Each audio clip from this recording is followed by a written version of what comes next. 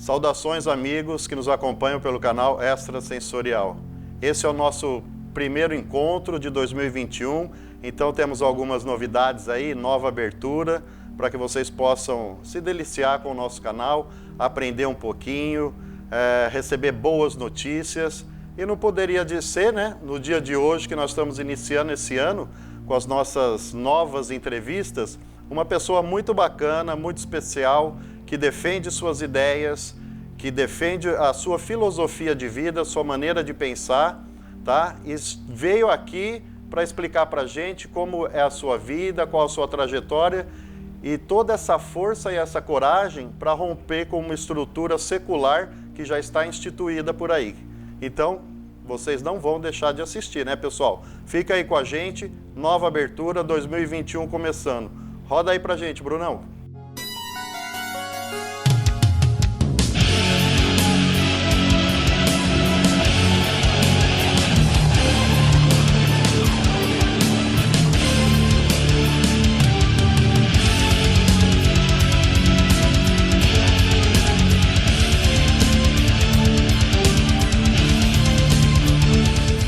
Tá vendo, pessoal? Como eu disse para vocês, aqui com a gente, Padre Beto, para contar toda a sua história. Seja bem-vindo, meu querido. Tudo bem?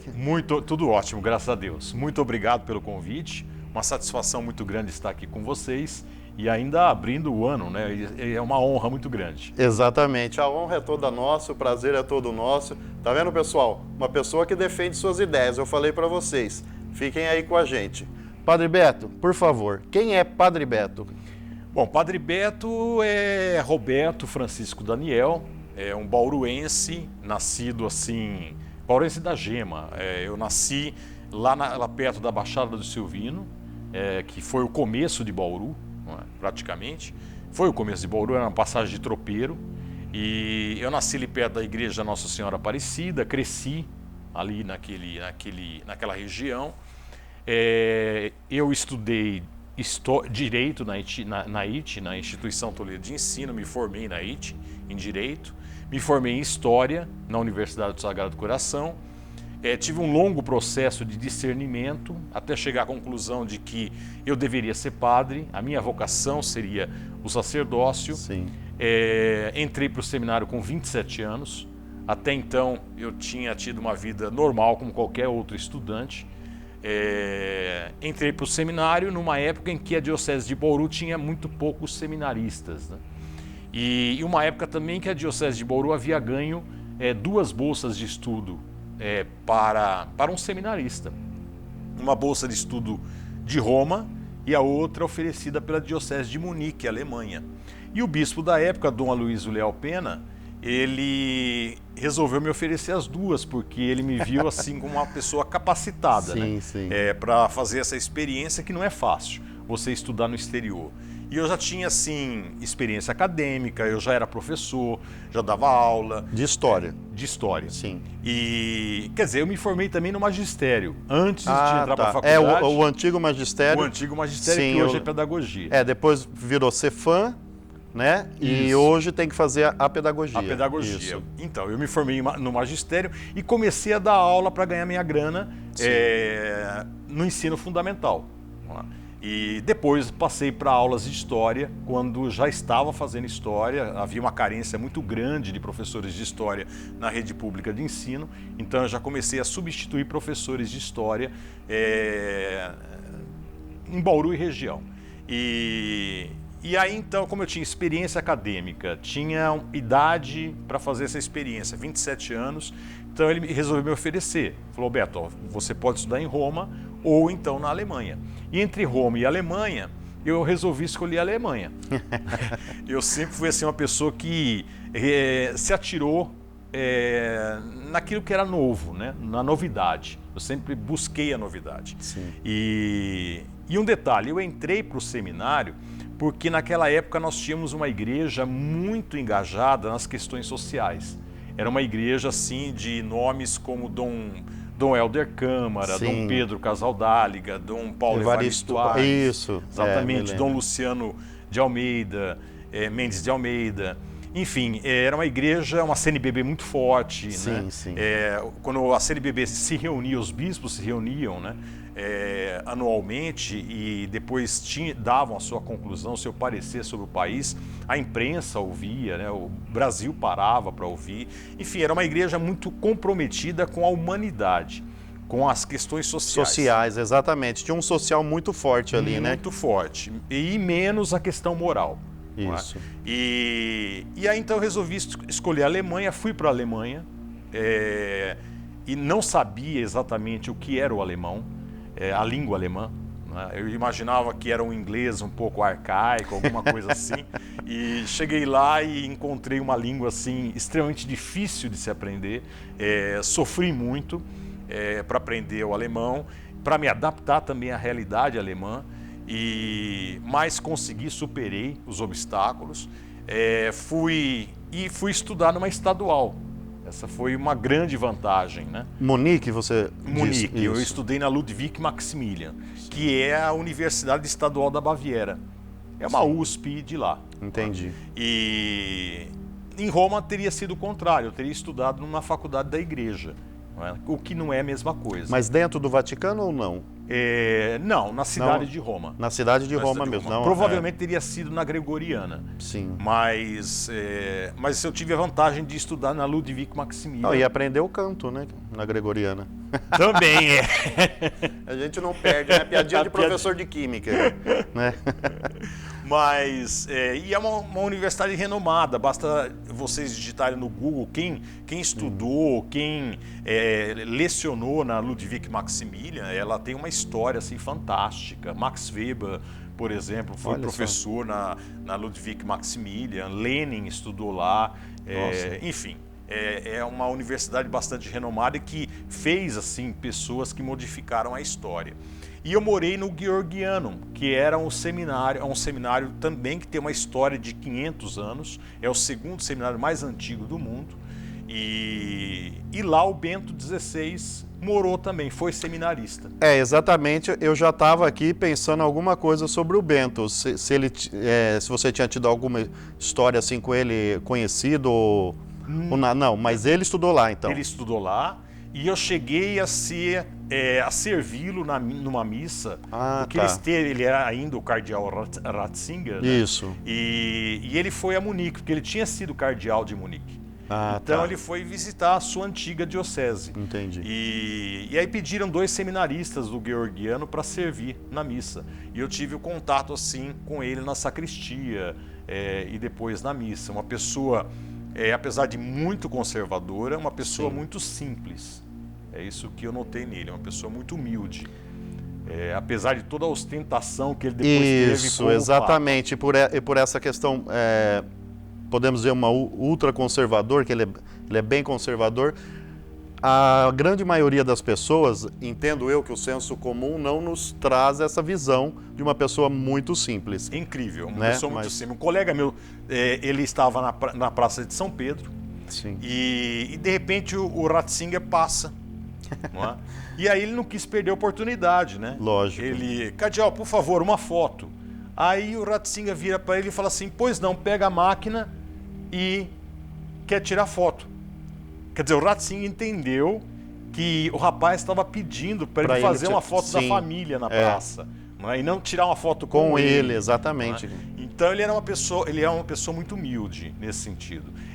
Ele tem suas contradições, né? Vamos dizer assim.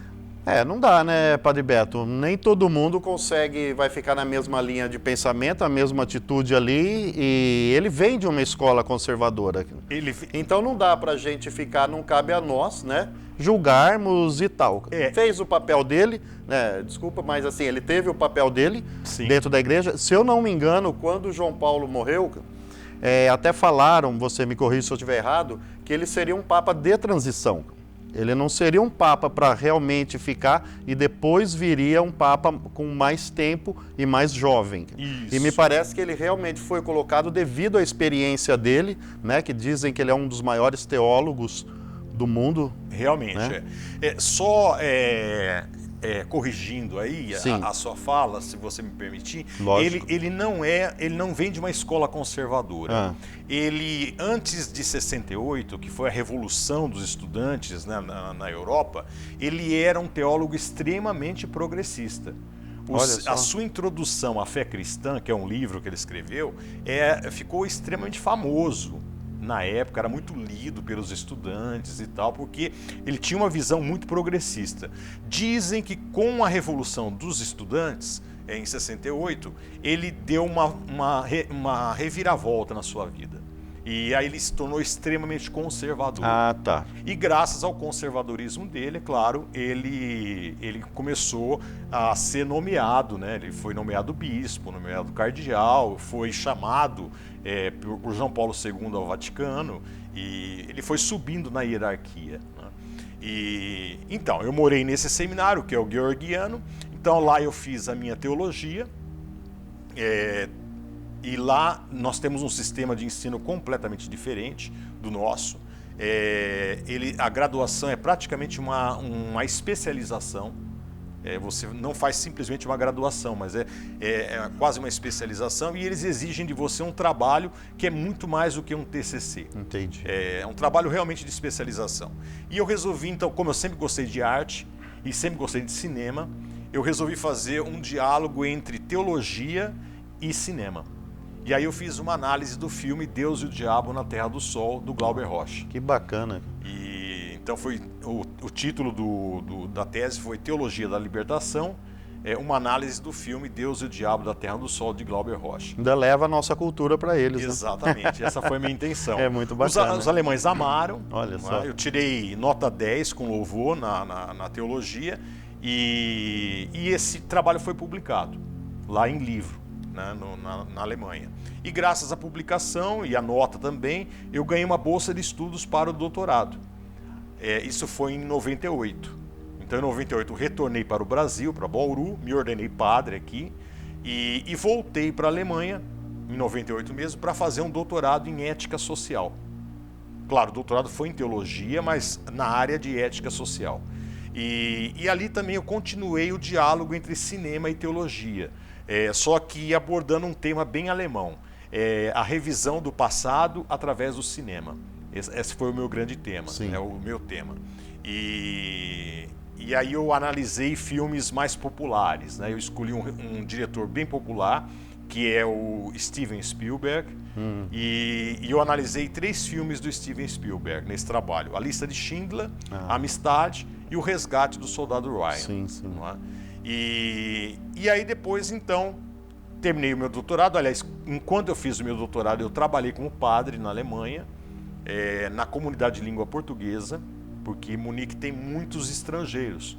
E a Diocese de Munique, então, criou paróquias para esses estrangeiros, não é? Então tem a paróquia alemã, tem a paróquia, italiana, tem a paróquia croata, tem a paróquia de língua francesa, tem a paróquia de língua portuguesa. E eu era responsável pela paróquia de língua portuguesa, porque lá tinha na época 3.500 brasileiros oficiais, 2.800 portugueses oficiais também, e além dos africanos de língua portuguesa. Então ali a gente ganhou uma experiência muito grande, não é, em trabalhar com esses grupos, né? E depois, para escrever a tese, eu me afastei e fui para um convento de freiras aposentadas, né? Ganhei 35 avós, e que me trataram assim muito bem. Foram 2 anos assim de uma relação muito fantástica com essas mulheres que tinham uma vivência incrível, né? Tinham vivenciado a Primeira Guerra Mundial, o nazismo, a Segunda Guerra Mundial, muitas vieram do leste europeu, então enfrentaram a possessão russa, isso, né? Que foi aquela da cortina de ferro, exatamente, né? Exatamente, que foi brutal. Exatamente. E os russos foram muito brutais. E, enfim, elas tinham uma experiência muito grande, então a gente aprendeu muito com elas. E aí eu terminei minha tese também com 10, com louvor, e retornei para o Brasil, para a Diocese de Bauru. Então esse é o Padre Beto, não é? Que história, né? E depois aí comecei a minha atuação aqui em Bauru. Aqui em Bauru. E aí você foi padre, trabalhou na igreja. Qual a sua igreja? Então, Aí eu cheguei em Bauru e eu fui trabalhar como vigário, eu fiz a opção de ser vigário. Isso não soou bem para os meus colegas, não é? Porque na Igreja Católica é assim, existe o pároco, que é aquele que administra uma paróquia, e existe o vigário, que é o auxiliar do pároco. O vigário faz aquilo que o pároco manda. E o meu pai sempre dizia, meu pai foi uma liderança em Bauru, ele teve uma expressão muito grande em Bauru, na história da igreja de Bauru, e meu pai dizia sempre para mim assim, Beto, você quer ser padre, tudo bem, mas nunca seja pároco. Não é? Você vai se perder na questão administrativa, você vai entrar nesse mundo do dinheiro, não faça isso, não é? Seja vigário. E eu segui o conselho do meu pai, né? Ser vigário e tratar da questão mais pastoral e trabalhar com pessoas, né? Com gente, e não cuidar das questões administrativas de uma paróquia. E isso não soou muito bem perante os meus colegas, né? E sou assim, o cara não quer trabalhar, não é? Apesar que eu fazia tudo aquilo que o pároco mandava, não é? Então a minha primeira paróquia foi a Santa Terezinha. Eu cheguei na Santa Terezinha, é uma paróquia que não tem, ela fica no centro da cidade. Eu acho que eu sei qual é, ali para cima das Nações, não é? Não, para cima da Rodrigues Alves. Fica na 7 de setembro. Tá, já sei qual é. Mais antigas de Bauru. Isso, lembrei. E ali não tem muitos moradores. Então, sim, a paróquia, quando eu cheguei, a paróquia, quer dizer, a igreja tinha missas à noite, por exemplo, eles desligavam as luzes de trás, porque só tinha um pingo de gente ali, né? Um grupo muito pequeno de pessoas participando da missa. E eu cheguei e eu tive a felicidade de lotar a Santa Terezinha. Então você já chegou com o pé na porta, né? Eu já cheguei com o pé na porta. E a gente, em questão de um semestre, a Santa Terezinha estava lotada, viva, não é? E isso gerou assim um sentimento de inveja muito grande diante do pároco. Né? Porque, isso é normal. Porque as missas dele não lotavam, sim, e as minhas hiperlotavam. E então ele, no final daquele ano, foi o primeiro ano que eu estive aqui em Bauru, foi em 2003, foi em 2002, eu cheguei em 2001, final de 2001, final de 2001 fui para Santa Terezinha, e lá fiquei em 2002. No final de 2002, ele apresentou um projeto para o bispo da restauração da Santa Terezinha, sim, que era um projeto muito bonito, por sinal. Só que ele colocou uma condição para o bispo, olha, o senhor tira o Padre Beto da Santa Terezinha e nós realizamos o projeto. Não é? Se o senhor não tirar o Padre Beto, nós não realizamos o projeto. E aí o bispo me chamou, o bispo da época, e disse assim, olha, entre o projeto e você, eu fico com o projeto. E aí ele usou uma expressão que me marcou muito. Ele falou assim, olha, você é um piano de cauda e a diocese é um quartinho, eu não sei onde é que eu te enfio. Isso, eu saí assim com uma frustração, rapaz. Você chega na sua diocese, né, na sua diocese de origem, você quer trabalhar, chega com sede de... começando ali, né? É o que a gente quer. E você tá com a força total, né? E de repente o teu bispo fala assim, não sei onde é que eu te enfio, né? É terrível, né? E aí eu fui transferido para a paróquia universitária, que é o Santuário do Sagrado Coração. Lá na USC. Todo mundo fala isso, na USC, porque ela começou na USC, né? Mas ela não era da USC. Entendi. Ela só começou na USC porque a USC é uma universidade confessional. Então ela cedeu as instalações ali para começar a paróquia universitária. Entendi. Mas era um projeto de ser uma paróquia para todas as universidades, né? E ela estava começando a construir o seu templo, que é o Santuário do Sagrado Coração, que fica ali no Panorama. E eu fui para lá. O pessoal que migrou. Foi junto. Não é? E o projeto de restauração não aconteceu. Olha só. Não aconteceu porque não tinha verba para acontecer. Entendi. Enfim, não tinha povo para apoiar. Não é?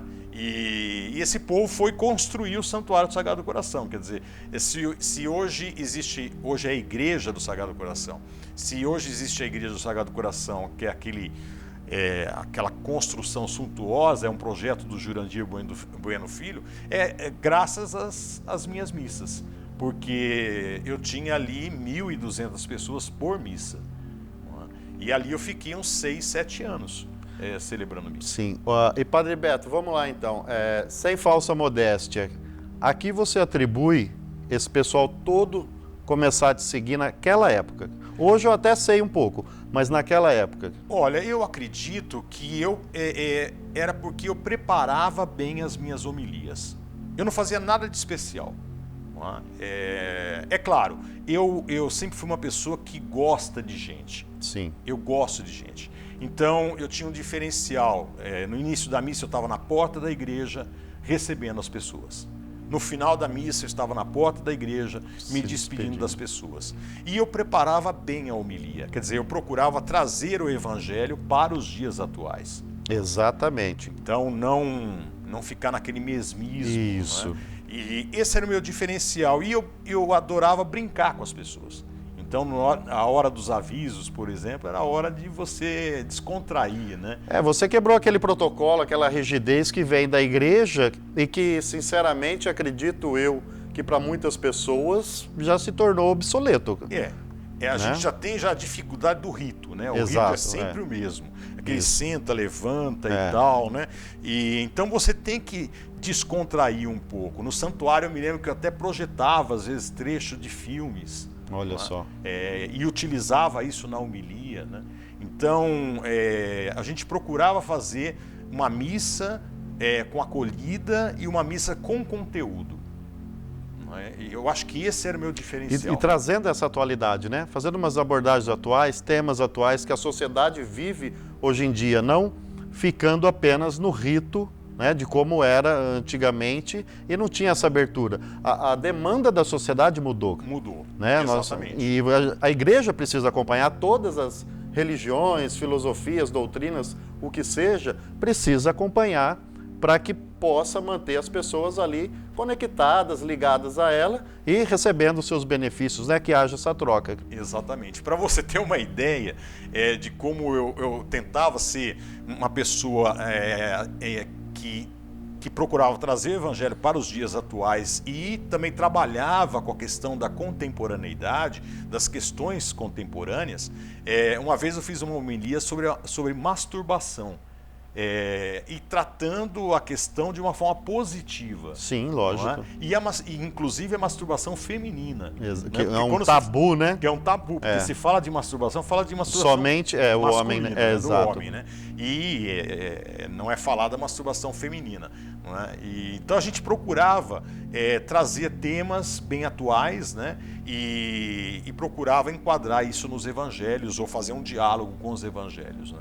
E dentro dessas temáticas, né, mais atuais que você começou a trazer para a igreja, até eu já andei pesquisando um pouco, né, sobre sua vida, vi algumas entrevistas, você defende o casamento entre pessoas do mesmo sexo, não é? Isso. Você não vê problema nisso, como eu também não, tal. Você acredita que por defender esses ideais, foi a partir daí que houve essa ruptura da igreja com você? Você pode explicar isso melhor? Aqui também ninguém quer causar polêmica e ficar explorando esse tipo de assunto, mas apenas para que fique bem entendido para quem não sabe da história. E fique bem à vontade de fazer qualquer tipo de pergunta. Não, tranquilo. Tá? Que a nossa proposta realmente é de falar assuntos positivos, trazer boas ideias para que as pessoas se sintam bem, né? Mas a sua história, ela é muito peculiar e é por isso que eu fiz questão de entrar em contato com você e quero deixar aqui o meu agradecimento e dizer de antemão, foi muito fácil conversar com o Padre Beto, ele foi bem aberto para a gente poder agendar aqui e por isso que eu chamei, porque eu acabei de dizer para ele aqui em off, falei, você é mais punk que muito punk que eu já conheci, por defender as ideias e romper com toda essa estrutura, né? Eu digo sempre que eu fui vítima de um estelionato. Sim. Por quê? Porque na década de 80, nós tínhamos uma igreja, como a gente já falou, uma igreja bem comprometida com as questões sociais e uma igreja pós-conciliar, né? Era uma igreja que o Concílio Vaticano II estava muito recente.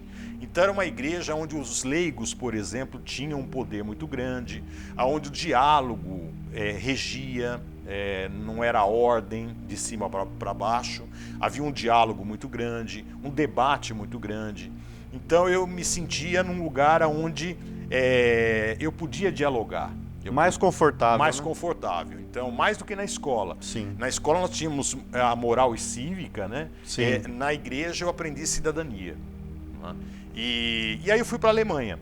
Aí passei 10 anos na Alemanha, e enquanto isso, nesses 10 anos, João Paulo II foi transformando a igreja latino-americana em uma igreja conservadora, de progressista para conservadora. Os bispos foram se aposentando, e ele foi nomeando bispos conservadores. Quando eu chego no Brasil, eu encontrei assim uma outra igreja, completamente diferente.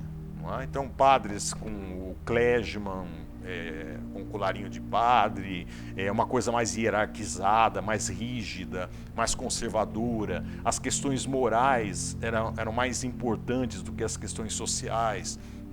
Enfim, uma igreja diferente. E eu continuei na minha linha, né, de dialogar com as questões da contemporaneidade. Sim. E as questões morais começaram também na sociedade a serem discutidas, né? O divórcio, a sexualidade, a homossexualidade. E eu sempre fui um padre que nunca me recusei a dar entrevistas. Né? Como você falou que foi fácil me convidar, Isso, mas eu sempre fui uma pessoa assim. Acessível, acessível, né? aberta ao diálogo. E eu sempre, assim, nunca me neguei. E em 2013, início de 2013, isso foi causando mal-estar, sim, entre os meus colegas, entre o bispo, os bispos e eu. Não é? Eu me lembro muito bem que eu escrevia para o Jornal da Cidade artigos, e eram artigos reflexivos. Não eram artigos, assim, que propunham uma determinada ética ou comportamento, ou impunham, né? Mas faziam as pessoas refletir, eu provocava. Sim. E aí uma vez eu recebi 4 padres do Conselho de Presbíteros para conversar sobre esses meus artigos. Não é? Claro que eu não me recuso, não deixei de escrevê-los, não é? E nem modifiquei meu estilo. Porque eu expliquei para eles muito bem, olha, o que eu quero é que as pessoas reflitam, pensem, e se tiverem dúvidas, procurem os seus padres. Sim, exatamente. Para resolver essas dúvidas, não é? Questionem os seus padres. Não é? Essa é a igreja que eu quero, uma igreja viva, onde as pessoas dialogam. Não é? E em 2013, eu fui procurado por um site espírita para fazer uma entrevista. E eu aceitei, e esse site, quer dizer, nessa entrevista eu fui questionado sobre a moral sexual da igreja. E eu joguei limpo com eles. Falei, olha, a moral sexual da igreja mais mal faz para o ser humano do que bem. Primeiro que, para a igreja católica, a sexualidade em si é o mal. Nós carregamos o mal, que é o pecado original. Isso já vem de Paulo, de Agostinho e tudo mais. É uma herança horrível que nós temos. E depois aí eu fui tocando em vários temas, e eu toquei na questão da bissexualidade e da homossexualidade. Sim. Que a igreja não podia fechar os olhos para isso. Que é uma realidade. Que é uma realidade, e ela não pode tratar o homossexual como ela trata. Quer dizer, eu te aceito, mas não aceito a sua sexualidade. Quer dizer, isso não é amar. Mas ela aceita dentro da igreja. Ela aceita dentro da igreja desde que o homossexual seja casto. Ah. Ou venha se casar com uma mulher, o que é um absurdo. Sim. Não é? E então, quer dizer, a partir do momento que você entende que a sexualidade humana não é uma opção, mas é uma orientação, ninguém escolhe ser homossexual, ninguém escolhe ser heterossexual, não é? Segundo Freud, nós nascemos bissexuais, e dependendo da situação do meio, nós vamos ganhando essa orientação para heterossexualidade, ou para homossexualidade, ou para bissexualidade. Então não é uma escolha. Então dizer para um homossexual, olha, eu te aceito, mas não aceito a sua orientação sexual, é condená-lo à castidade. Assim como o divórcio. Assim como o divórcio. Eles não aceitam. Exatamente, o que é um crime também. Eu tenho uma amiga, né, muito próxima, e comentei que eu estava em negociação com você para a entrevista, né? E ela falou, nossa, que legal, tal. E ela divorciou do primeiro marido, hoje ela é casada, muito bem casada, tem 2 filhos lindos e tal, e ela foi conversar com você na época. E ela estava muito para baixo, pessoal. Quando a gente se separa, por mais que tenha as brigas e tal entre o casal, né? Não é uma situação agradável, não é uma situação, né? Olha que legal, estou me divorciando. Não, não tem nada disso. Pesa um pouco, ainda mais quando envolve filhos. No caso dela não envolvia filhos, mas ela foi pedir uma orientação para você. E você falou, faça o que o seu coração mandar. Em relação a ela frequentar a igreja ou não. Porque uma amiga falou para ela, falou, agora que você se divorciou, você não pode mais frequentar a igreja. E ela falou, mas agora que eu preciso da igreja, como que a igreja vai me dar as costas? E aí você faz ainda uns atendimentos, né? Isso. E ela foi conversar com você. E ela achou sua resposta sensacional. Falou, então siga o que seu coração mandar. E aí ela perguntou a comunhão, né? Que é receber a hóstia. Se ela poderia também. E você, né, continuou nessa fala e ela se sentiu muito à vontade, muito tranquila. Então essa é a função, né? Desses líderes aí, dessas pessoas que estão com a gente, no caso aqui que a gente está com o Padre Beto. A questão do divórcio é o seguinte, a pessoa divorciada, ela pode continuar a frequentar a igreja e até comungar. Sim. Não é? O problema é a pessoa de segunda união. Então a pessoa que se divorciou e depois casou-se novamente, aí essa pessoa vira um pária. Aí ela não pode frequentar, ela não pode comungar. Então, ela se torna... Hoje eu já não sei mais, ela não falou, mas acredito que ela não frequenta mais porque ela seguiu um outro caminho assim de espiritualidade, entendeu? Não acredito que não frequenta mais. Mas então não pode. Se ela tiver uma segunda união, ela não pode mais frequentar a igreja. Uma vez uma croata que morava na Alemanha... E se você souber que a mulher, o rapaz lá casou pela segunda vez e está frequentando a igreja, o que faz? Se o padre souber, ele não pode dar a comunhão para essa pessoa. E dela ir lá e assistir a missa? Ela pode ir assistir, tudo bem, mas ela não vai poder comungar. Ela não vai poder comungar. Uma vez uma croata falou assim, padre, eu não entendo a igreja. Eu era casada com meu marido na Croácia e os croatas são muito católicos, pelo menos eram, né? E eu vivia assim, num ambiente muito católico e tal, ela me contando. E eu quis me divorciar do meu marido. A decisão foi minha. Meu marido foi vítima da minha decisão. E eu larguei do meu marido e vim para a Alemanha, com meus 2 filhos. Só que a Croácia é um país também muito machista. Sim. E o homem não pode viver sozinho. O homem tem que ter uma mulher. E aí, por uma pressão social, ele acabou se casando. Então, ele se casando, ele não podia mais comungar. E ela foi para a Alemanha, se confessou, não é? E era solteira, e ela podia comungar. Ela falou, você vê, eu fui a causadora do divórcio, exato. Eu estou solteira e eu posso comungar. E ele não. E ele que foi a vítima, ele não pode comungar. Enfim, são absurdos, né? E é absurdo não entender que um casamento realmente pode não dar certo. É melhor do que às vezes o casal ficar ali no meio de briga com filhos. Claro, pelo amor de Deus, né? E o casamento é uma tentativa de um relacionamento, né? Da construção de um relacionamento. Agora, as pessoas mudam, né? Eu tive uma experiência muito bonita, acho que foi o ano retrasado. Eu fui fazer um casamento em São Pedro.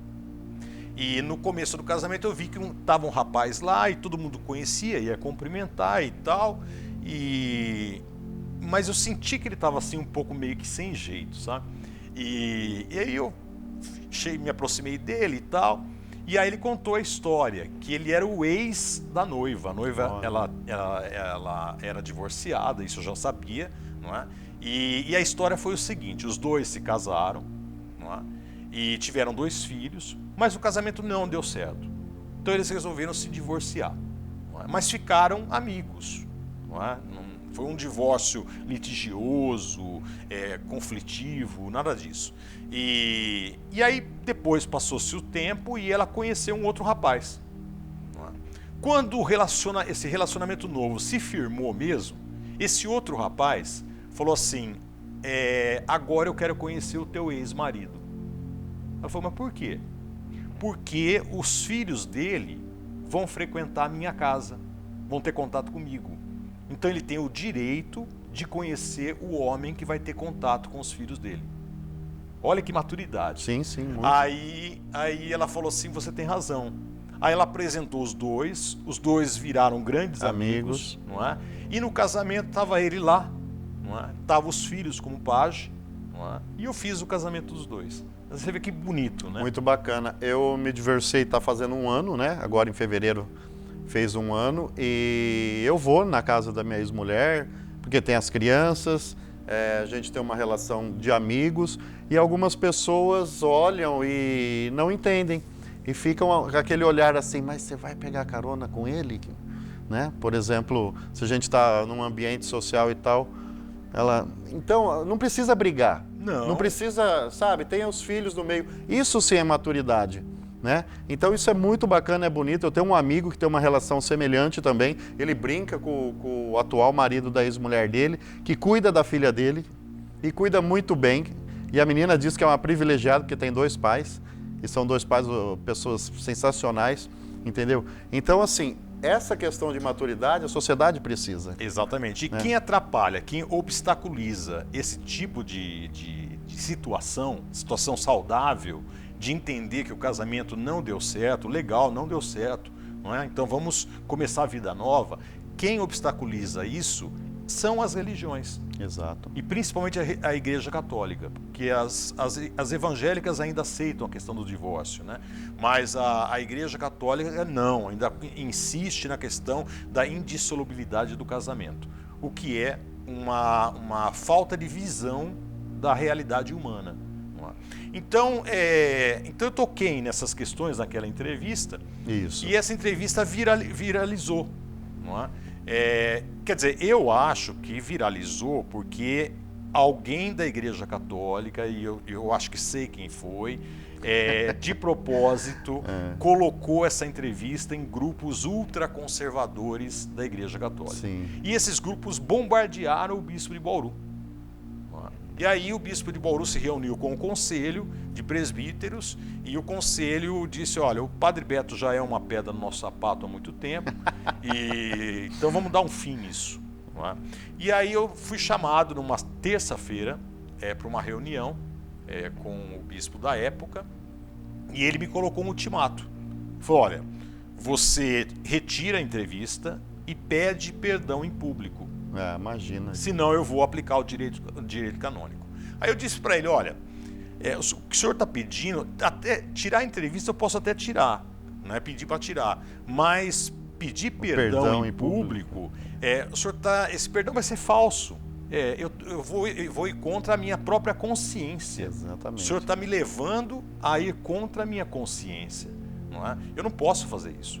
Já disse isso na reunião, na primeira reunião. Ele falou assim... mas eu ainda coloquei para ele, e o que eu quero é que o povo reflita. Né? E aí ele disse assim, olha, o seu papel não é de reflexão. E o povo lá fora não precisa de reflexão. Nossa. Já existem pessoas refletindo por nós. Né? Desse jeito. Se eu tivesse um gravador, é que a gente... seria sensacional, mas... Naquela época a gente não usava o celular como devia. Sim, né? sim. Então eu não gravei essa reunião. E fui pego de surpresa também. Eu não sabia o motivo da reunião. Te convidar, vem para uma reunião. Isso, E foi até interessante, porque ele tinha acabado de voltar da reunião dos bispos da CNBB, em Itaici. E o tema foi a nova paróquia. E aí, quando ele me chamou, eu falei, pô, vai vir trabalho, né? Você achou que você ia bombar, né? Nossa, eu falei, pô, vai vir uma proposta nova de trabalho, né, pra gente, olha né? só. Não, foi aquele balde de água fria. E aí ele me deu um tempo a pensar. Te dou uma semana, segunda-feira que vem, né, a gente volta a se reunir. E no dia seguinte já foi pra imprensa. Ele já deu uma entrevista pra TV Tem, chamou a TV Tem e tal, e já colocou a situação pra Bauru inteira e região. E aí virou uma discussão em Bauru, né? Ele vai pedir perdão, não vai pedir perdão e Isso tal. em 2013? Isso em 2013. Eu já estava aqui, Você já estava aqui? Já. Virou uma polêmica na cidade. Detalhe, o Marco Feliciano estava com a cura gay no Congresso Nacional. Sim. Então havia uma polêmica muito grande envolvendo a questão da homossexualidade. E o mundo estava discutindo o casamento homoafetivo. Sim. Então o tema estava muito assim... Aflorado, Aflorado. E aí eu pensei muito bem naquela semana, falei, bom, se eu não posso exercer a minha liberdade de expressão na minha instituição, se eu não posso nem refletir com as pessoas, não é? Então eu vou sair, eu vou pedir afastamento. Aí no sábado seguinte eu chamei a imprensa, como ele tinha ido à imprensa, eu chamei a imprensa e falei, olha, amanhã eu celebro as minhas 2 últimas missas e na segunda-feira eu entrego a minha carta de afastamento. E assim eu fiz, quer dizer, eu celebrei minhas 2 últimas missas, elas estavam hiperlotadas. Eu lembro disso. Foram muito emocionantes. Eu lembro. Foi um momento muito marcante na minha vida. E tanto a missa na Santo Antônio, como de manhã. Eu morava ali do lado, no outro quarteirão, eu lembro que ficou tudo lotado de carro. Tudo lotado, eu tive que parar o carro uns 2 quarteirões da igreja. A São Benedito, então, 4 quarteirões eu tive que parar o meu carro. E, enfim, foram 2 missas muito emocionantes. E aí, na segunda-feira, eu fui entregar a minha carta de afastamento na Cúria. E aí, o bispo me recebeu muito bem, muito, assim, com uma cordialidade que me surpreendeu. Não é? Aí ele me dirigiu até uma sala, abriu a porta, não é? E aí foi cena de cinema. Porque aí eu vi uma mesa comprida, com 5 padres do Conselho de Presbíteros, não é? E uma pessoa estranha sentada na ponta da mesa, muito bem vestido clericalmente. Depois nós descobrimos que era o senhor Tiago Venceslau, que depois foi preso na Diocese de Formosa. Não sei se você ficou sabendo daquele caso do bispo de Formosa que estava desviando dinheiro da Diocese. Lembro, junto com 3 padres, né? E aí denunciaram para a Nunciatura em Brasília. A Nunciatura ligou para o bispo. Aí o bispo chamou esse Tiago Venceslau, que é um padre, que é especialista em direito canônico. Chamou, explicou a situação. Aí ele fez uma reunião com o clero de Formosa. Então montaram uma inquisição ali para você. Montaram uma inquisição. E aí ele fez... Ainda bem que não tem mais a fogueira, né? Ainda bem que não tem a fogueira, pelo amor de Deus. Ele fez a reunião, fez cada padre, falou para os padres assim, olha, eu fiz uma sindicância aqui na diocese, tá tudo certo, não existe nenhum desvio de dinheiro, não é, e tal. E cada padre teve que jurar novamente a obediência ao bispo, né? Só que aí denunciaram para a Polícia Federal. Sim. E a Polícia Federal então chegou, né, a comprovar o desvio de dinheiro e devem ter pago esse Tiago Venceslau, só que depositado na conta, não é? E ele foi preso junto com o bispo e com os 3 padres. Mas isso foi bem depois. Então, era o Tiago Venceslau que estava lá para me julgar. E uma cadeira vazia. E eu fui conduzido a essa cadeira vazia, o bispo se retirou, e aí esse senhor, o senhor Tiago Venceslau, começou uma sessão. Aí eu interrompi, falei, olha, eu só vim aqui entregar a minha carta de afastamento. Né? Ele falou, não, nós não aceitamos a sua carta de afastamento. Olha. Eu falei, mas como não? Eu estou me afastando, né? Como você chegar numa empresa e falar assim, eu estou me demitindo. Sim. Não, nós não aceitamos sua demissão. Não é? Foi mais ou menos assim. E aí ficou aquela, não, eu vou me afastar. Não, o senhor não vai se afastar. Aí que ele falou, o senhor não entendeu, nós iremos excomungá-lo. Não, eu que terminei com você. Exatamente. O casalzinho, né? Eu que terminei com você. E eu estudei direito canônico também. Eu sei que a excomunhão é a pena máxima na Igreja Católica. Todo excomungado na Idade Média era queimado na fogueira. Sim. Não é? E você está excluído mesmo, você está condenado ao inferno. Não é? Então, e a excomunhão tem que ser feita através de um processo, né? Através de um tribunal eclesiástico e um processo. E aí eu perguntei para ele, escuta, mas espera aí, eu estou num tribunal eclesiástico? Ele falou, o senhor está. Não é? Eu estou sentado na cadeira dos réus? Ele falou, o senhor está. Aí eu me levantei, olha, eu me recuso a ficar aqui, porque primeiro, você já deu a sentença. Então a sentença já estava dada antes do tribunal começar. Não é? Segundo, eu não fui intimado, não fui avisado. Terceiro, eu não tenho advogado de defesa aqui. Não é? Quer dizer, foi um tribunal de exceção da exceção. Não tem, Não é? E aí eu me retirei. Procurei ainda o bispo para entregar minha carta de afastamento. Não aceitaram? Eu não achei o bispo. Não achou. Fui até um cartório da cidade. Não é? O oficial de justiça foi lá entregar, né, a carta. O funcionário do cartório, aliás, foi entregar a carta. Não aceitaram a carta, mas não registraram como anônimo quem aceitou a carta, que era o Tiago Venceslau. E 1 hora depois foi publicada a minha excomunhão no site da diocese. Não é? E aí foi bombástico a coisa, né? Porque uma excomunhão não sai assim à torta à direita. Tão rápido, né? Tão rápido. E ao meu ver, te trouxe mais visibilidade. Com certeza. Né? Acredito eu que eles acabaram dando um tiro no pé. Essa expressão é a expressão corretíssima. Eles deram um grande tiro no pé. Porque a partir daí o Padre Beto, eu que não sou muito ligado à Igreja Católica, muitas pessoas do meu círculo de amizade também não, mas todo mundo que a gente fala conhece o Padre Beto e tem uma boa visão a seu respeito. Nem todos têm uma boa visão a meu respeito, mas realmente... Bom, os que eu conversei assim falaram, não, bacana, ele traz boas ideias, ele é contemporâneo, né, visão de vanguarda, eu considero isso bacana, mas logicamente não é uma unanimidade, nem... E a unanimidade também é burra, É burra, né? exatamente. É burra. Mas me deu uma visibilidade incrível, Sim. Porque o meu caso ele foi, como estava aflorado o tema na época da homossexualidade, o meu caso foi internacional. Então eu fui notícia no The Times, eu fui notícia no Le Monde, eu fui notícia no Der Spiegel na Alemanha, eu fui notícia no Al Jazeera. Al Jazeera noticiou. O principal jornal do Japão também noticiou, enfim. E no Brasil... No Brasil bombou, eu tenho amigos no Nordeste, a Verônica até falou, nossa, o Padre Beto, eu conheço. Tal. Falei, você conhece? Conheço lá, o pessoal de Mossoró e tal. Já estão até ansiosos para assistir a entrevista.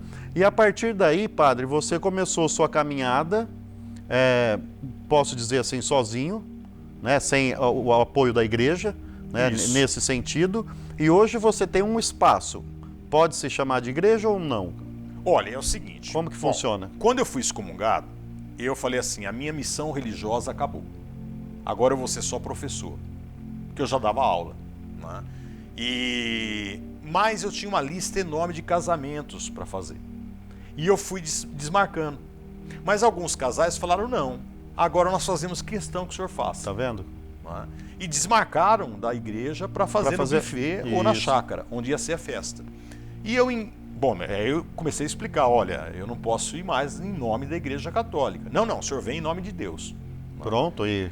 Aí eu comecei a fazer. Não precisamos de rótulo. E não precisamos de rótulo. E aí começaram a chegar os pedidos de casais que não queriam fazer casamento em igreja, por N motivos. E os padres católicos não podem fazer casamento fora de igreja. Eles são proibidos. E eu comecei a atender esse pessoal. E aí chegaram os excluídos. Os divorciados. Ah lá, que legal. E chegou o primeiro casamento homoafetivo, que foi em Jaú. E aí eu comecei a fazer os casamentos homoafetivos. E aí uma turma aqui em Bauru começou a me questionar, pô, você está fazendo casamentos, por que você não faz uma missa, um culto? Não sei, a gente está com saudade de você. E eu falei, por que não, né? Aí eu aluguei uma quadra lá no Grebe, e tirei os elementos puramente católicos da missa. Sim. E comecei a celebrar a missa. E aí a Igreja Católica pegou pesado. Né? Pegou pesado mesmo, anunciou na mídia que as minhas missas não tinham validade. Não, mas você não quer que tenha validade católica mesmo? Eu não quero. Não, elas não têm e elas não terão. Não faço questão. Exatamente. Mas pegou pesado. E aí uma advogada me advertiu. Falou, olha, você está na informalidade. Então, qualquer um pode mover um processo contra você. Né? Charlatanismo, falsidade ideológica, enfim. E eu falei, qual é a solução? A solução é você criar uma igreja, um CNPJ. Né? E aí eu fiquei naquela dúvida, pô, mais uma igreja no mundo? Né? Pô, o Brasil está cheio de igrejas, está lotado de igrejas. E olha o Brasil como é que está. Mas uma questão apenas de formalidade, né? De formalidade, mas eu fiquei na dúvida. Sim. E aí o meu irmão, que mora em Maceió, ele teve um insight à noite, 3 horas da madrugada, ele acordou, anotou. No dia seguinte ele falou assim, Beto, o nome da sua igreja é Humanidade Livre. Eu falei, nossa, Native, Humanidade Livre? Isso é uma expressão muito forte, né? E aí eu falei assim, então eu vou criar Só que eu vou criar algo, uma religião. Eu digo que é uma religião porque é uma novidade. Sim. Não é uma simples igreja. Eu vou criar algo aonde eu possa estar bem com a minha consciência. Eu não vou ter peso ou culpa na minha consciência. Então, a humanidade livre, ela funciona da seguinte forma.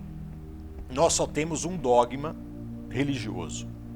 Existe um ser superior que quer que todos tenham vida e vida em abundância. Ponto final. Essa é a única verdade de fé que nós temos na humanidade livre. E a segunda parte dessa frase, desse dogma de fé, é para nós mais importante do que até a primeira. Então, um agnóstico, por exemplo, ele pode pertencer à humanidade livre. Vai ser muito bem aceito. Não é? Porque para nós o importante não é discutir se Deus existe ou não existe. E de que maneira ele existe. Exatamente. Mas é discutir se todos têm vida e vida em abundância. Na missa nossa, na humanidade livre, nós só lemos os evangelhos. A gente não lê o Antigo Testamento e não lemos as cartas de Paulo. E muito menos Apocalipse ou coisa parecida. Nós só lemos os evangelhos, então ficamos somente com Jesus Cristo. Isso porque os padres da humanidade livre que estão hoje vieram de um berço cristão. Se surgir alguém de um berço budista, ele vai ler Buda. Entendi. Entendeu? Ele vai ter um ritual budista e vai ler Buda. Né? Então, nós acreditamos que existem avatares nessa sem humanidade, dúvida nenhuma, que são muito importantes, que trouxeram mensagens fabulosas, não é? Viveram o amor, que é o mais importante, não é? E transformaram, contribuíram para que a humanidade desse um salto de qualidade. Então, Krishna, Buda, Jesus Cristo, Mandela, Gandhi, e aí vai. Não é? E a humanidade livre acredita que a humanidade precisa dar esses saltos de humanidade. Então, né? Além da humanidade ser livre, ela tem uma estrutura livre também. Ela não é rígida, engessada. Não. Primeiro, todo ser humano na humanidade livre é livre para crer. Então, ali tem pessoas que acreditam na reencarnação, tem pessoas que acreditam que não existe vida pós-morte, tem pessoas que acreditam que existe ressurreição depois da morte. Para nós isso não importa. A gente vai descobrir quando a gente morrer. E deixa isso para depois, depois. Vamos discutir a vida. Não é? Vamos discutir como nós estamos vivendo. E como nós podemos melhorar nossas condições de vida. Exatamente. E nós não temos regras morais. Então as pessoas seguem a sua vida segundo a sua natureza e segundo as suas convicções. Ponto final. Não é? E os padres da humanidade livre não ganham da humanidade livre. Cada padre é um voluntário como qualquer outro voluntário na humanidade livre. Então nós não temos hierarquia, nós não temos pessoas que ganham da comunidade. A comunidade não paga. Né? Paga as despesas, sim, né? Mas cada padre tem sua profissão e ganha da sua profissão. Certo. Né? Então a humanidade livre ela é uma proposta muito nova. E onde ela está? Olha, no momento ela está na rua Henrique Save, 237. Ali eu reformei um espaço que era um antigo restaurante e eu fiz um espaço de encontro. Não só de missa, não só de celebração litúrgica, não é? Mas um espaço de encontro. Eu conservei a cozinha, conservei o bar. Nós fizemos durante 5 anos ali muitas noites culturais, muitos saraus, não é? Porque a proposta da humanidade livre é fazer com que as pessoas se humanizem. E a arte, a cultura, o lazer, o encontro, humaniza as pessoas. E é fundamental para o ser humano. É fundamental. Eu me lembro de uma noite, estou lembrando agora de uma noite, que nós estávamos fazendo um sarau e a casa estava lotada. Né? E numa das mesas, e a gente servia, a gente não tem tabu, né? Então, nossos saraus a gente servia cerveja, vinho, petiscos, enfim. E tinha um casal de idosos, branco, sentados numa mesa, ocupando uma mesa, e de repente me chega um casal de negros, jovens. Não é? E eu recebi os dois, eu falei, olha gente, eu só posso oferecer para você duas cadeiras, não é? Porque eu já não tenho mais mesa, está lotado. E o casal de idoso ouviu, não é? Aí eles me chamaram, os dois, e falaram, fala para os dois sentarem aqui, junto com a gente. Sim. Falei, legal, ótimo. Aí eu fui lá, vocês aceitam sentar com eles? Claro, aceitamos, não é? Então, o que reuniu ali, né, um casal de jovens negros, não é? E um casal de idosos brancos, não é? Sentados na mesma mesa. E com certeza de religiões diferentes também. Não é? Então, isso é um exemplo da humanidade livre, entendeu? Essa diversidade, aonde a diversidade pode viver e conviver. E as pessoas já vão para esse espaço, padre, que você criou, de uma forma mais... Já são pessoas que estão libertas desses dogmas, dessa caixinha, Exatamente. Né? Já saíram desse gesso. Então, isso tudo favorece. Então, você criou ali um espaço de convivência, além de tudo, não é? Com certeza. E veja bem, é interessante que as pessoas que frequentam a Humanidade Livre são pessoas ou aposentadas, ou pessoas que não dependem do relacionamento com as outras pessoas. Sim. Ou se libertaram dessa dependência do relacionamento. Isso. Por quê? Porque você sabe que o nosso mundo, o nosso universo é judaico-cristão. Ou seja, ou você é católico, não é? Ou você pertence a uma igreja evangélica ou cristã clássica. Olhando para o Ocidente, né, onde nós... É mais nessa... E eu sou um dissidente, quer dizer, eu sou um excomungado da igreja católica. É por isso que você está aqui. Né? Então, mas as pessoas ficam com medo de frequentar a Humanidade Livre. Por quê? Porque, se eu frequentar lá, eu vou brigar com a minha família. Eu vou romper com a minha família. Minha família é super católica, não é? Ou então meu cliente é católico, não é? Eu sou um cabeleireiro, então os meus clientes são católicos, né? Eu vou perder cliente se descobrirem que eu estou frequentando a Humanidade Livre. Então, a gente tem muita dificuldade com isso, né? Então, as pessoas que frequentam lá, ou são pessoas que já se libertaram disso, ou que economicamente já não dependem mais das outras pessoas, não é?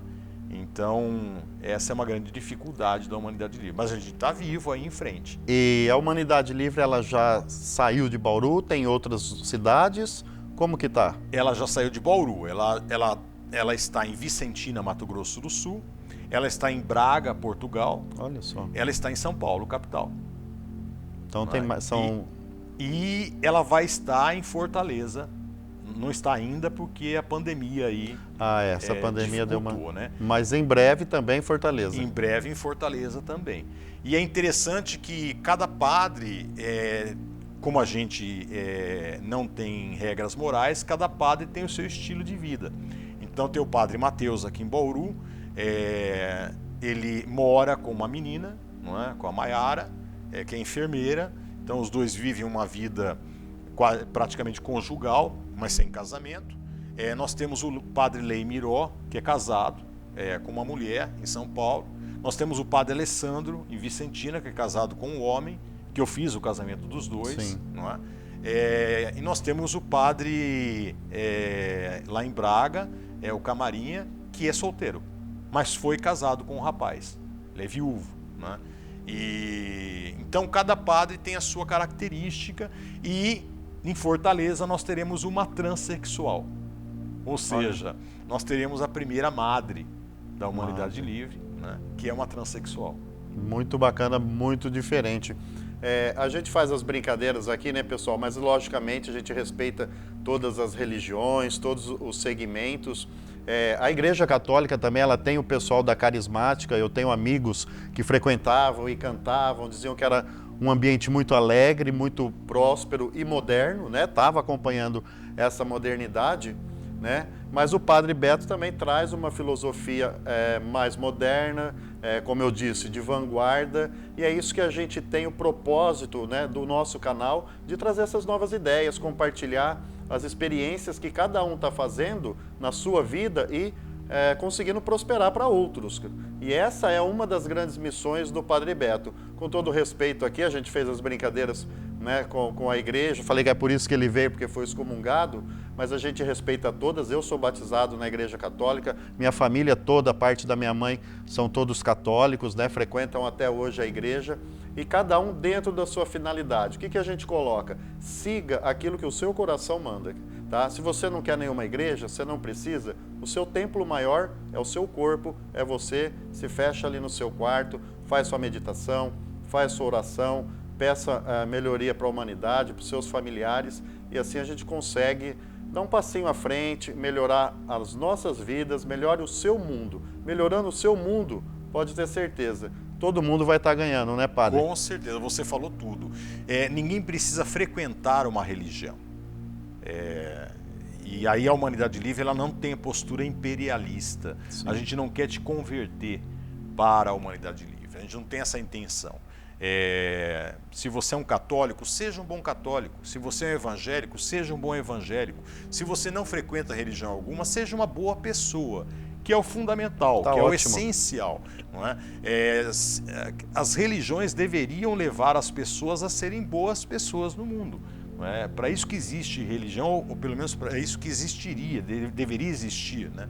Eu sempre digo que em casamentos, assim, principalmente, quando eu peço para rezar um Pai Nosso, né, pelo casal, eu falo assim, vamos rezar aquela oração que diz que Deus é Pai, mas mais do que isso, diz que Deus é nosso Pai. Então quem reza uma oração assim teria que ter a consciência de que nós todos, independentemente da religião, da etnia, da raça, da sexualidade, nós todos somos feitos de um único material. A pandemia está mostrando isso, não é? Que o vírus não escolhe classe média, não tem, rico, exatamente, não tem pobre, escolha. Católico, evangélico, espírita, enfim, todo mundo é atingido. Não é? Então nós somos feitos de um único material, um material feito por Deus, um Deus que nos ama muito, e quer que todos tenham vida e vida em abundância. Em abundância. Essa deveria ser a consciência de todos, né? Então eu acho que procure ser uma pessoa boa. Isso é que é a verdadeira religião. Né? A verdadeira religião é eu transcender para o melhor, eu me tornar uma pessoa melhor e aí tornar o mundo um mundo mais humano, um mundo mais feliz. Muito bacana. Eu conversando aqui em off com o Padre Beto, me senti muito honrado ao saber que ele foi entrevistado pelo Antônio Abujamra, que é uma das minhas referências, né? Se não a maior referência que eu tenho em termos de entrevistador. E referenciando o Abujamra, Padre Beto, qual a pergunta que eu não fiz e você gostaria de ter respondido? Deixa eu pensar aqui. Qual a pergunta que você não fez? O que é a vida? O que é a vida? Abujamra perguntava muito isso também. Isso, exatamente. Então vamos lá. Uma pergunta fantástica. O que é a vida, Padre Beto? A vida, Marcelo, é uma viagem maravilhosa e que eu tenho que me jogar nela. Tem pessoas que se recusam a viver essa viagem e ficam numa zona de conforto, não é? E zona de conforto significa morte. Você morre, não é? E a vida não é uma zona de conforto. A vida é uma viagem, é uma aventura e você tem que se atirar nela, né? E não ter medo de se machucar, não ter medo de levar porrada, não ter medo de vivenciar amores, não é? Você tem que fazer as experiências da vida. Não se recuse, essa é a mensagem que eu deixo para vocês. Não se recuse a viver, né? A experimentar as coisas da vida. E Deus nos criou a vida para ser vivida, não é? Então ela é uma grande aventura, bonita, triste, não é? Trágica, não é? Mais maravilhosa. E eu sou muito nietzscheano, né? Eu gosto muito de Nietzsche. Sim. E Nietzsche prega o amor fati. O que é o amor fati? É uma expressão latina, o amor ao fato, não é? Então ele diz assim, ame aquilo que a vida lhe apresentar. Isso é terrível, isso é fantástico ao mesmo tempo, porque se a vida te apresentar um câncer, você tem que amar. Ame esse câncer, quer dizer, abrace esse câncer, abrace aquilo que a vida te ofereceu, interaja com isso com intensidade, não é? E há duas frases que eu gostaria de deixar aqui que são maravilhosas, de Nietzsche. A primeira é: construam suas casas à beira do Vesúvio. Ou seja, onde existe a terra mais fértil do mundo. é ao lado de um vulcão. Exatamente. Não é? Mas é o lugar mais perigoso que existe também. Né? Quer dizer, arrisque-se. Né? O que ele está dizendo arrisque-se, não tenha medo de se arriscar. Não é? Outra frase maravilhosa o que importa não é a vida eterna, mas a eterna vivacidade. Porque a vida eterna não está nas nossas mãos. Agora, a eterna vivacidade, ou seja, viver cada momento com intensidade, isso sim é uma opção que você pode fazer. Não é? E aí você torna realmente a vida o que ela deve ser, uma grande aventura a ser vivida. Que bacana, tá vendo, pessoal? Eu falei que vocês iam gostar dessa entrevista, né? Repleta de ensinamento, repleta de boas notícias, compartilhando conhecimento. Peço que vocês se inscrevam, clica aí no sininho, todo aquele esquema que vocês já sabem. Padre Beto, imensamente grato por aceitar esse convite, tá? Foi muito fácil conversar com o Padre Beto, ele é acessível. Quem quiser bater um papo, pode procurar. Ele vai dar todo o auxílio, assistência. Agradeço de coração a sua presença aqui. Posso deixar os meus contatos? Mas, por favor. Olha, meu WhatsApp é público. Está acessível na minha página no Facebook, então eu deixo aqui o meu WhatsApp, 14 99712 8445. No Facebook eu tenho a página Padre Beto, no YouTube eu tenho o canal Padre Beto. Então esses são os meus contatos. Se você quiser entrar em contato comigo, bater um papo, interagir com a gente, você pode ter certeza que eu vou atender pessoalmente você. Eu não me recuso, eu atendo pessoas de várias partes do país que me deixam lá uma pergunta para responder e eu procuro interagir a hora que eu posso e respondo. E então a gente está sempre à disposição. Nós vamos colocar aí, o Brunão vai colocar nas descrições. Tá? Eu quero também deixar um agradecimento aqui ao Leandro, que fez a nossa nova abertura aí, versão 2021. Bola para frente, continuem assistindo o nosso canal, compartilhando, levando essas mensagens aqui, essas experiências bacanas para todas as pessoas. Então, Padre Beto, mais uma vez, muito grato pela sua presença, por aceitar e por essa facilidade de comunicação que nós tivemos. Porque aqui não foi nada combinado, né, Padre? Nós sentamos e o papo rolou, cara. Então, muito grato a sua presença. Eu que agradeço, Marcelo. Muito obrigado, viu? Tudo de bom. Espero que volte mais vezes aqui com a gente. É só você me chamar. Chamaremos sim. Gratidão. Pessoal, continue com a gente. Um forte abraço a todos. Fiquem em paz.